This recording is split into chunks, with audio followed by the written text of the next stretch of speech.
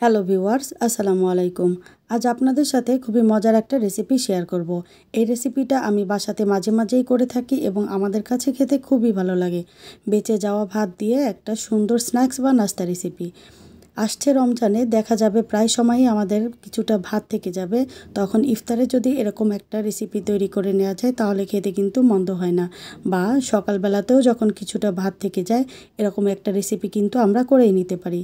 তবে রেসিপিটি শুরু করার পূর্বে ভিউয়ার্স অনুরোধ থাকবে লাইক দিয়ে পুরো রেসিপিটা কন্টিনিউ করবেন প্লিজ। আমি এখানে কিছু ভাত ফ্রিজে রেখেছিলাম, বের করার পরে এরকম পানি পানি হয়ে গিয়েছে। তো আমি এখন এখানে দিয়ে দিচ্ছি 2টা বড় সাইজের পেঁয়াজ কুচি, স্বাদ মতো মরিচ কুচি, ঝাল যে যতটা খাবেন ঠিক সেই অনুযায়ী দিয়ে দিতে হবে। দিচ্ছি একটা দেশি টমেটো একদম কুচি করে নিয়েছি। দিচ্ছি বেশ কিছু ধনিয়া পাতা কুচি। এখন দিয়ে দিচ্ছি হাফ চা চামচের একটু বেশি মরিচের গুঁড়ো, যেহেতু আগেও কাঁচামরিচ ব্যবহার করেছি তাই কম দিলাম। দিচ্ছি হাফ চা চামচের একটু বেশি হলুদের গুঁড়ো, দিচ্ছি ধনিয়ার গুঁড়ো এবং জিরার গুঁড়ো হাফ চা চামচ করে। দিয়ে দিচ্ছি স্বাদ মতো লবণ, 1 টেবিল চামচের মতো টমেটো সস। টমেটো ব্যবহার না করলে টমেটো সসের পরিমাণটা আরেকটু বাড়িয়ে দিতে পারেন। দিয়ে দিচ্ছি চালের গুঁড়ো। এখানে 1 কাপ চালের গুঁড়ো আছে, আমি অল্প অল্প করে পুরোটাই দিয়ে দিয়েছি। এখন সবগুলো উপকরণ আমি সুন্দরভাবে মাখিয়ে নিব। এখানে আমি প্রথমে কোনো পানি দিব না, যেহেতু ভাতে একটু পানি আছে তাই আমি পানির পরিমাণটা কেমন লাগে সেটা পরে দিব। আগে উপকরণগুলো ভালোভাবে মাখিয়ে নিব। এই রেসিপিটা খেতে আমার কাছে বেশ ভালো লাগে। যারা এখনও এরকম করে খাননি বা কখনো খাওয়ার কথা চিন্তাও করেননি, একবার হলেও খেতে পারেন। আমার কাছে তো ভীষণ ভালো লাগে, আশা করছি আপনাদের কাছেও ভালো লাগবে। তো এখানে মাখিয়ে নেওয়ার পরে আমার মনে হলো এখন কিছুটা পানি দেওয়া দরকার। তো আমি এখানে 1 কাপ পরিমাণ পানি নিয়েছি, অল্প অল্প করে পুরো পানিটাই এখানে দিয়ে দিয়েছি। একবারে পুরো পানিটা দেওয়া যাবে না, কারণ দেখতে হবে বাইন্ডিংসটা কীরকম হয়, তার উপর নির্ভর করবে কতটুকু পানি ব্যবহার করব।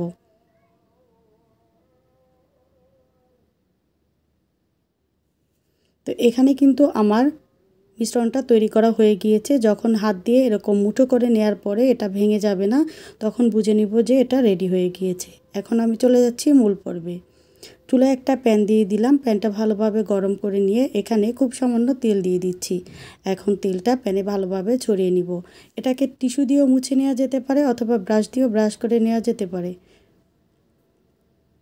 তেলটা ভালোভাবে ছড়ানো হয়ে গেলে এখন এখানে আমি অল্প মিশ্রণ নিয়ে নিচ্ছি। তারপরে হাত দিয়ে এভাবে করে একটা রুটির মতো শেপ দিয়ে দিচ্ছি। আপনারা দেখেই বুঝতে পারবেন আমি কাজটা কিভাবে করছি। তবে এটা কিন্তু খুব বেশি পাতলা করা যাবে না, তাহলে ভেঙে যাবে।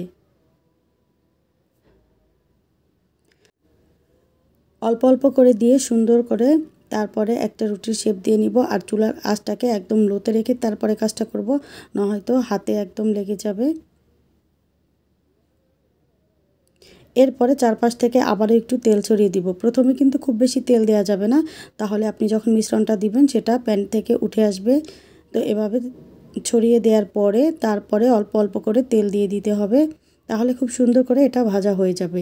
আমি ঢাকনা ব্যবহার করেছি, ঢাকনা দিয়ে 3 থেকে 4 মিনিটের মতো একটা পাশ ভেজে নিয়েছি।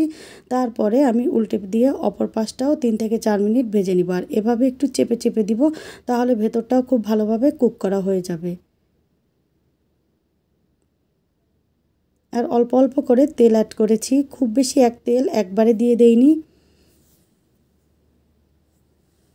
একদম গোল্ডেন ব্রাউন কালার হয়ে আসা পর্যন্ত আমি ভেজে নিব। তো টোটালি আমার একটা স্ন্যাক্স ভাজতে 7 থেকে 8 মিনিট সময় লেগেছিল। তা আমার একটা স্ন্যাক্স ভাজা হয়ে গিয়েছে। দেখেন এটা কীরকম গোল্ডেন ব্রাউন কালার হয়েছে। তো আমি আপনাদের সুবিধার্থে আরও একটা দেখিয়ে দিচ্ছি। তো আগের মতোই খুব সামান্য তেল দিয়ে তারপরে তেলটা ভালোভাবে প্যানে ছড়িয়ে দিয়ে সামান্য মিশ্রণ নিয়ে নিব এবং একটা রুটির মতো শেপ দিয়ে নিব। তো ভিউয়ার্স, আজ প্রথমবার যারা আমার রেসিপিটি দেখছেন চাইলে আমার চ্যানেলটা ভিজিট করতে পারেন। এখানে বেশ কিছু রেসিপি শেয়ার করা আছে, হয়তো আপনাদের ভালো লাগবে বা আপনারা রান্নার জন্য নতুন কোনো ধরনের আইডিয়াও পেতে পারেন। আমাদের বাসাতে প্রতিদিন যে রান্নাগুলো করা হয় তারই কিছুটা আপনাদের সাথে শেয়ার করি। এখানে আমি কাউকে রান্না শেখাতে আসিনি, জাস্ট শেয়ার করা, হয়তো দেখে আপনাদেরও ভালো লাগতে পারে বা আপনারা ঠিক একই রকমভাবে তৈরি করে নিতে পারেন। তো দেখেন এখানে আমার সবগুলো স্ন্যাক্স ভাজা হয়ে গিয়েছে, দেখতে কতটা লোভনীয় লাগছে এবং খেতেও কিন্তু ভীষণ মজার। তো যারা এখনও এভাবে খাননি একবার হলেও খেয়ে দেখবেন, আশা করি আপনাদের কাছে বেশ ভালো লাগবে। তো রেসিপিটি ভালো লাগলে ভিউয়ার্স অবশ্যই লাইক, কমেন্ট এবং শেয়ার করে দিবেন। আর নতুনরা সাবস্ক্রাইব করে পাশে থাকা বেল আইকনের অল অপশনটি সেট করে নেবেন, এতে করে আপনারা আমার আপলোডকৃত সকল ভিডিও সবার আগে পেয়ে যাবেন। দেখা হবে অন্য কোনো রেসিপি নিয়ে, ততক্ষণ পর্যন্ত এটা ট্রাই করার অনুরোধ রইল। তো সুস্থ থাকবেন এবং ভালো থাকবেন। আল্লাহ হাফেজ।